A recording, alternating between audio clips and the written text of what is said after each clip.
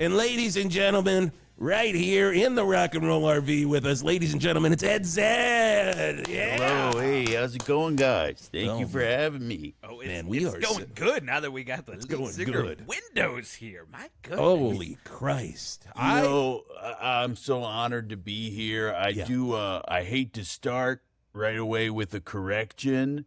Oh, shit. Okay. But, just so you know, I know you're talking about a lot of Doors tribute bands, and I know that they're in town for the con. What I've got going on with the Windows is slightly different because we're actually the only band to, be keeping. We're a revival. We're keeping the legacy of the Doors alive with somebody who was personally, me, Ed Zed, personally involved with the Doors. Whoa. So that is the difference. Back up. Excuse me. Baking powder. No tribute band.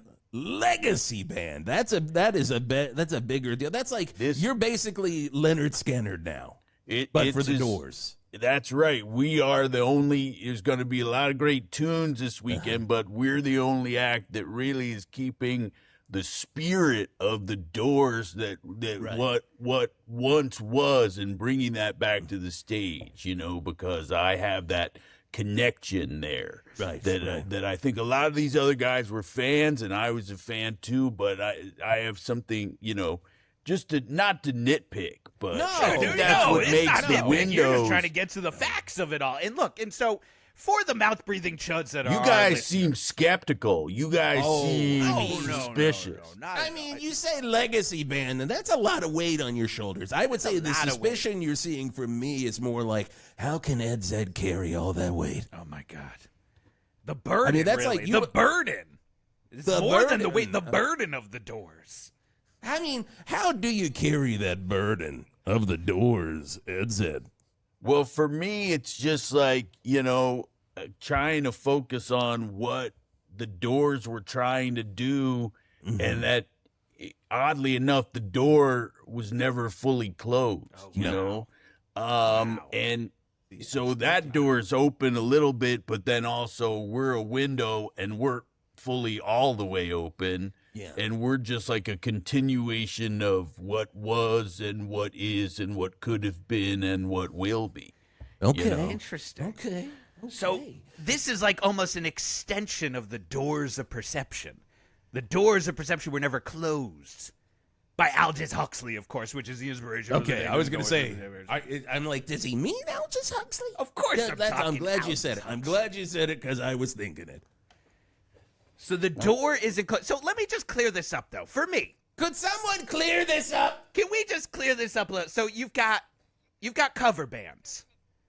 That's just a bunch of jagalopes just getting together and playing songs poorly. Yep. And it could be anything. You could be playing the Doors. Right. You could be playing Eddie Money, and then all of a sudden, for some reason, you're playing Hoobastank. It could be anything. Yep. Unfocused, a cover band that does anything. Unfocused idiots. Great. And so then you've got a tribute band.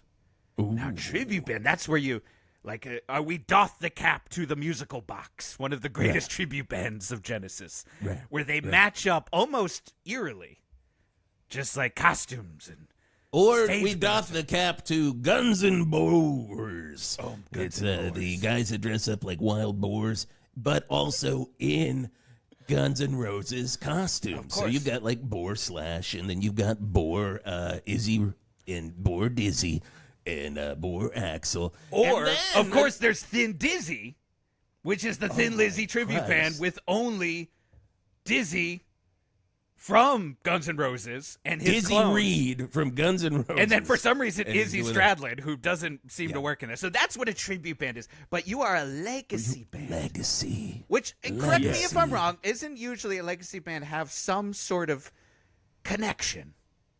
Yes. To the band. Which, of course. Maybe a member who was in the band at some point. And, of course, I do have that, which... Okay. My history with the Doors extends all the way back to 6 years ago. Jesus which was Christ, 2020. To the year 2020, where I was visiting L.A. I'm San Pedro native, and I was I had sort of gotten a little bit turned around. I got lost, and I was driving in Benedict Canyon, and I hit Robbie Krieger with my car. So easy to do. He was walking his like a dog, leaf. and I was going so slow because Oh my I didn't know where I was. So he wasn't hurt too bad, but I insisted on, once I realized who he was, I insisted on taking him to the hospital and making sure he was okay. And so on that drive to the hospital and at that time in the emergency room, we kind of jammed a little bit. Why was it jammed in 2020? I don't know why it would have been jammed. Paint me a picture. It was ram jammed in there, man. I don't know what was going on either, but we were waiting forever. I don't remember. And everybody was, I think there must have been bad sandstorm or something because everybody had had handkerchiefs and stuff around their faces. So we waited a long time.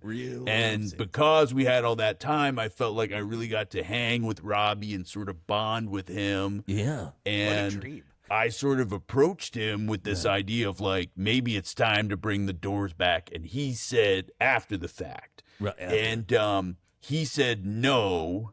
Wow. And he was like, absolutely no.